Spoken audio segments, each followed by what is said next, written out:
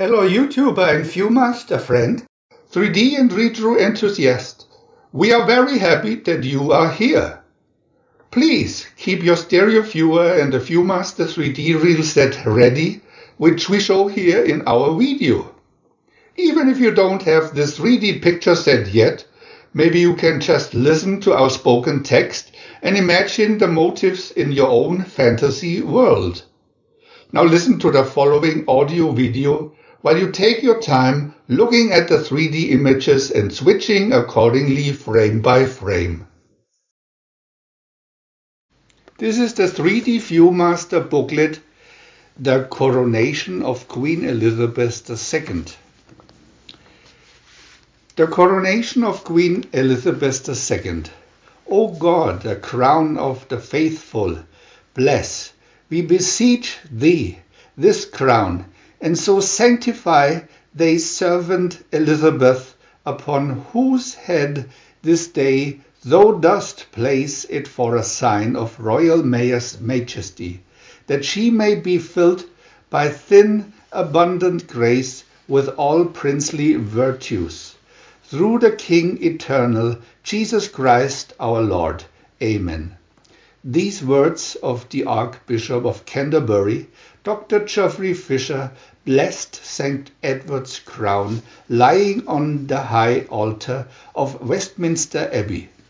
His steady hands, moments later, placed the 7-pound golden crown on the head of the 27-year-old Queen Elizabeth, sitting upon King Edward's chair over the stone of Scone.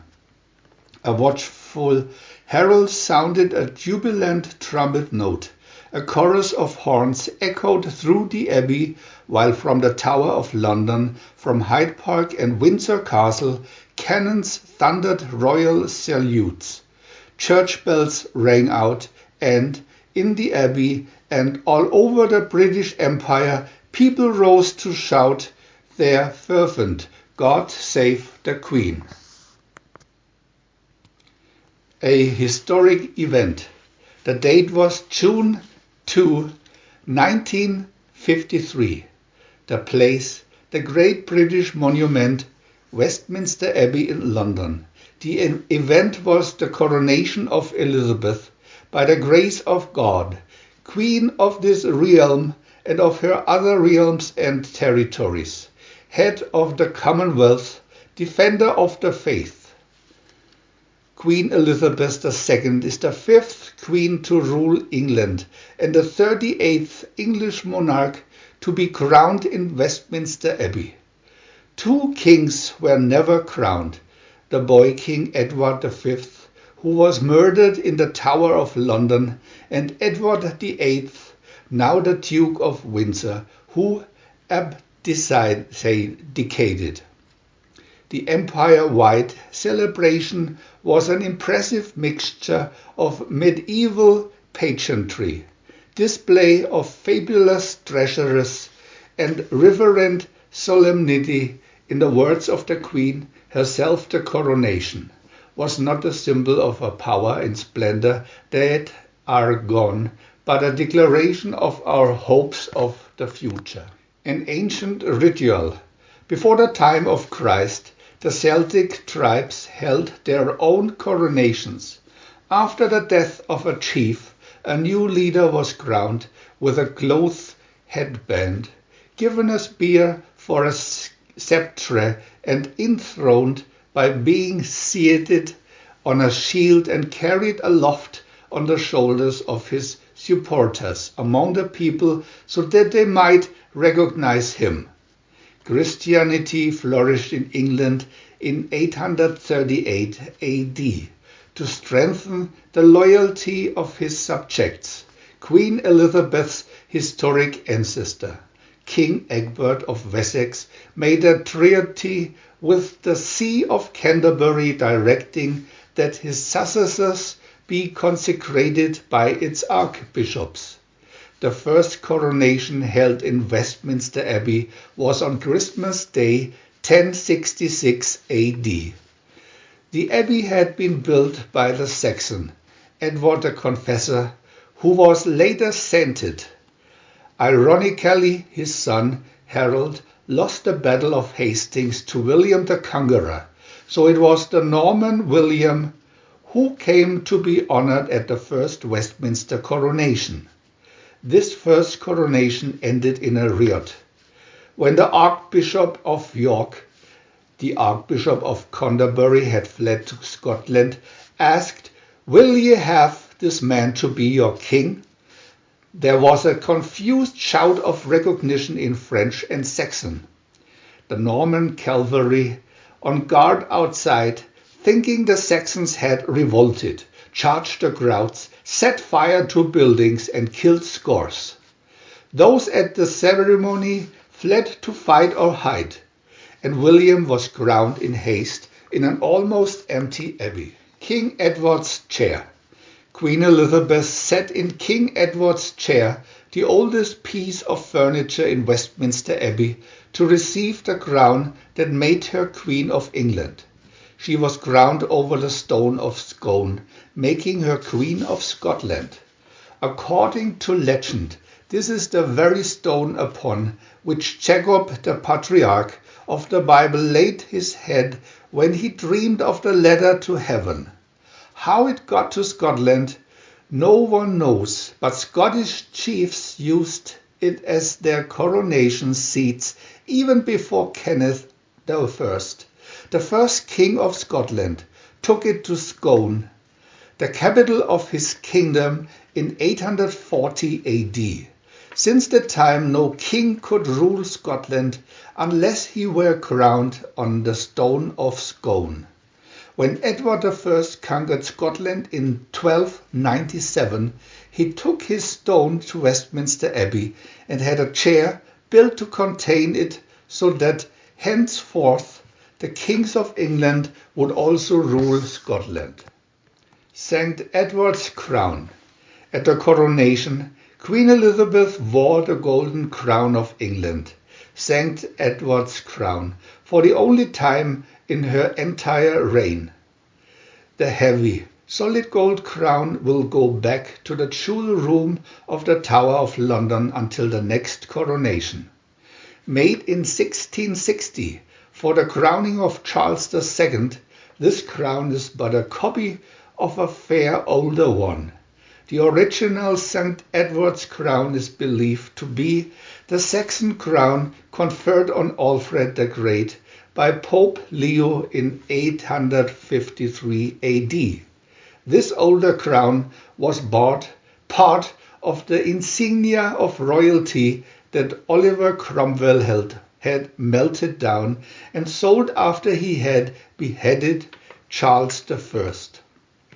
The notorious Captain Blood stole St. Edward's crown and other crown jewels in 1671, but was captured just outside the tower.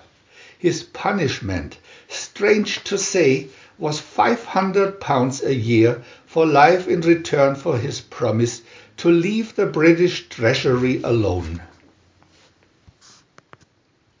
The Imperial State Crown. In 1838, another young queen was to be crowned. St. Edward's crown was not only too large and heavy for the 19-year-old Queen Victoria, but was the crown just for England.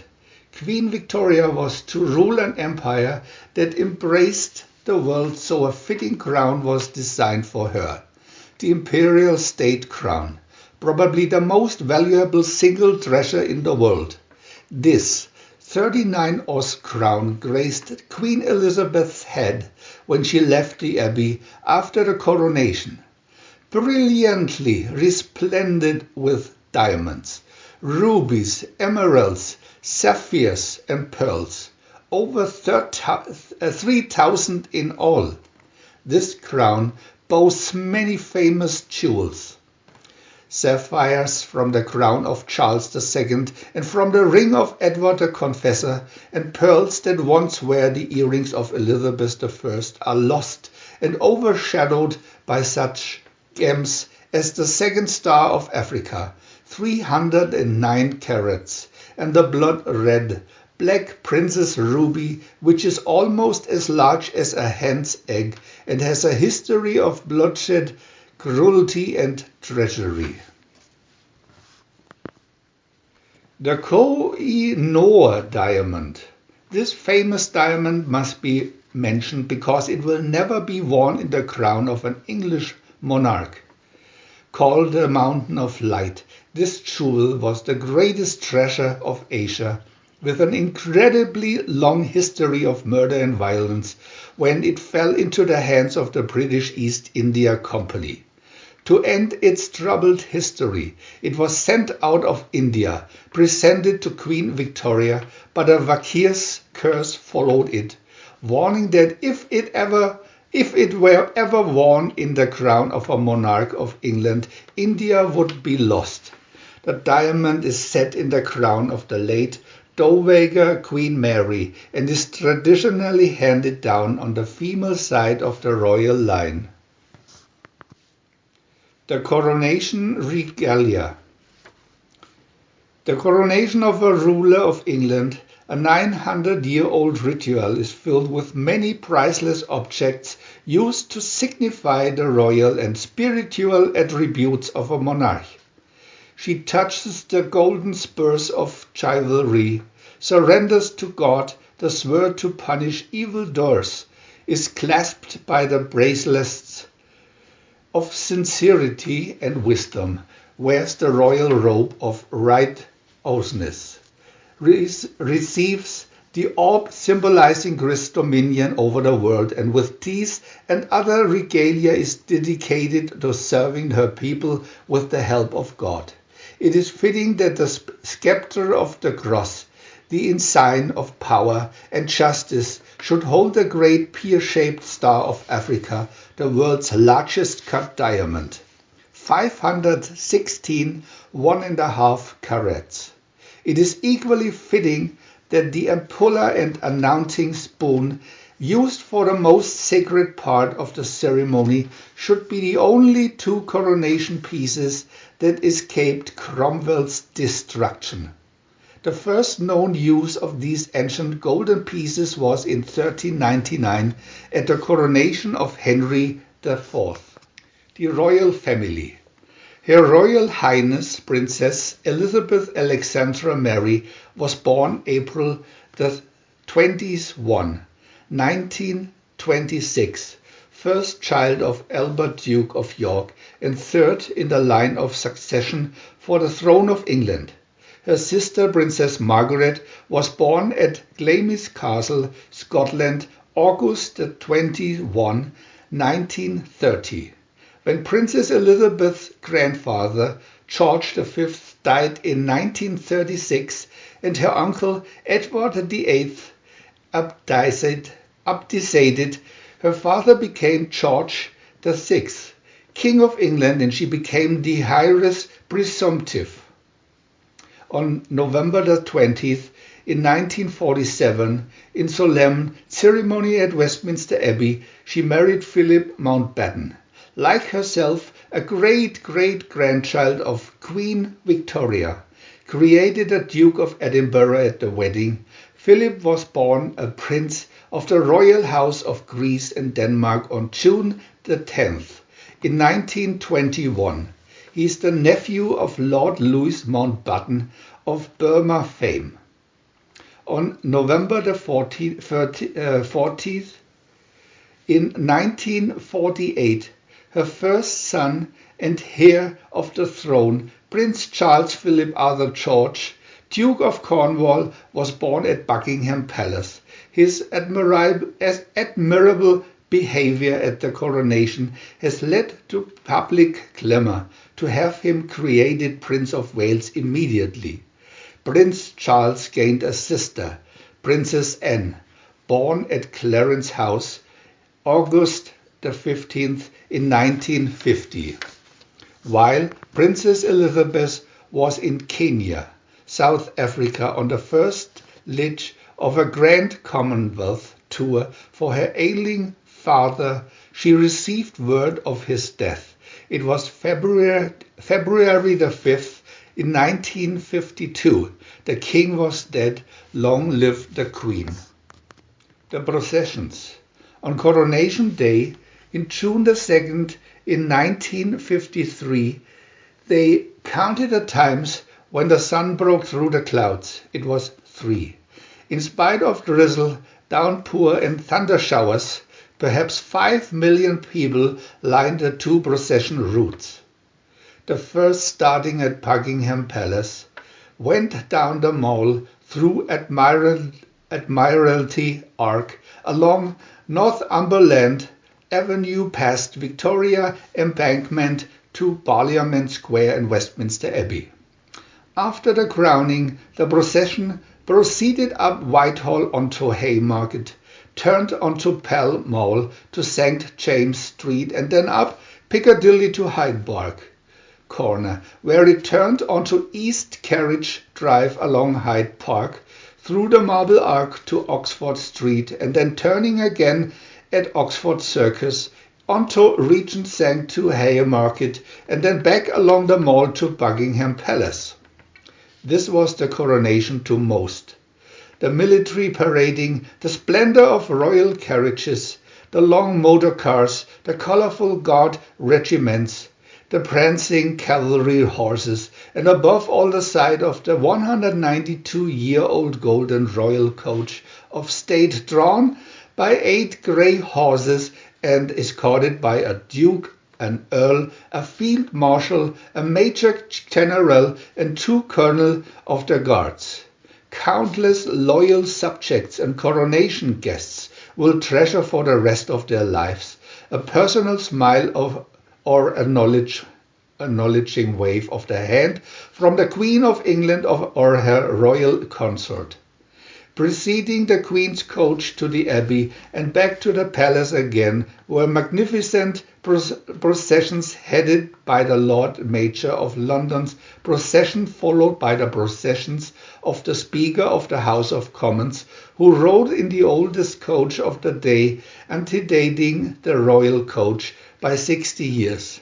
The members of the royal family, the representatives of over 70 foreign states, the 8 colonial rulers, including the only other queen of the empire, Her Majesty the Queen of Tonga, the 10 prime ministers, including the RT Hon Winston St. Churchill, who served under Queen Victoria, the princes and princesses of the royal blood, and the famous glass coach in which rode the Queen Mother and Princess Margaret. Magnificently trained troops from the far reaches of the empire, from South Africa to Hudson's Bay, from Borneo to Gibraltar, from the ages past to the present, the medieval yeomen of the guard, the Queen's bark master and the watermen and the later Royal Air Force fly past. All these elements of the great Commonwealth displayed in procession a tapestry thread of magnificence, color and excitement unparalleled in modern times. The ceremony at the Abbey, the pomp and pageantry behind her, Queen Elizabeth entered Westminster Abbey and walked down the long nave between galleries of the crimson and ermine-robed peers, heads of Commonwealth countries, ambassadors, statesmen and churchmen. The choir song, "I was glad when they said to me, we will go into the house of the Lord."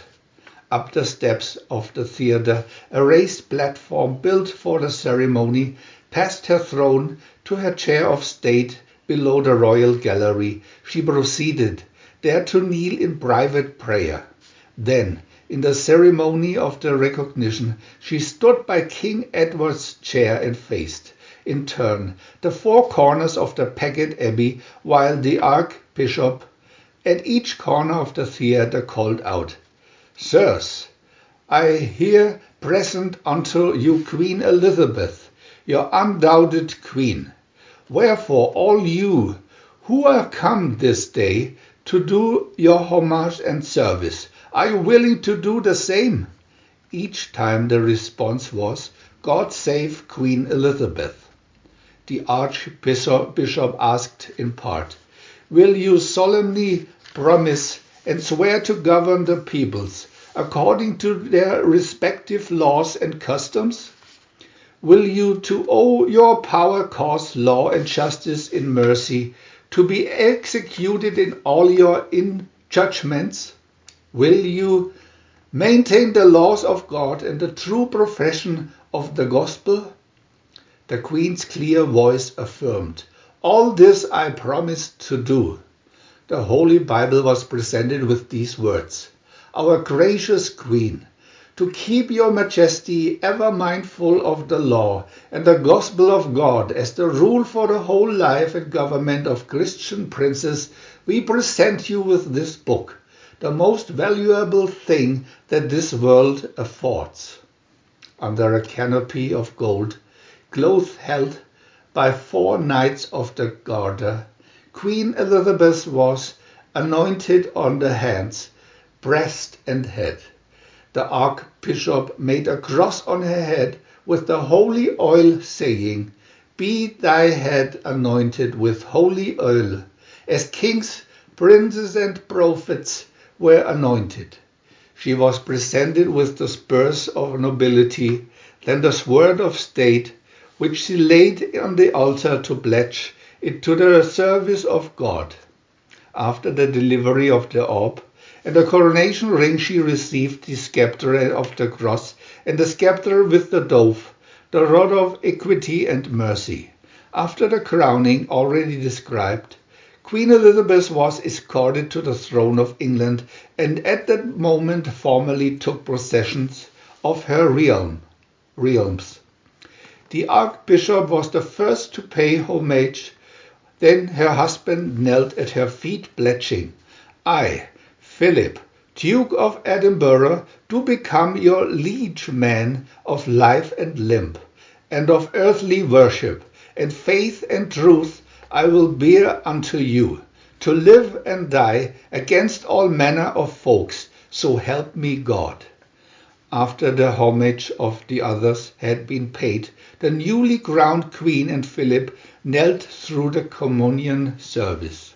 Then, with the choir singing and the organ filling the abbey with the mighty strains of the national anthem, Queen Elizabeth II of England, regally robed, carrying all the outward symbols of royalty and all the inward graces bestowed by the blessings of God, and of her people, left the abbey bearing the hopes of her 600 million subjects. We want to add new videos every day, and if you don't want to miss any of them, subscribe to our channel for free. And press the little bell. We are also happy to have a thumb up.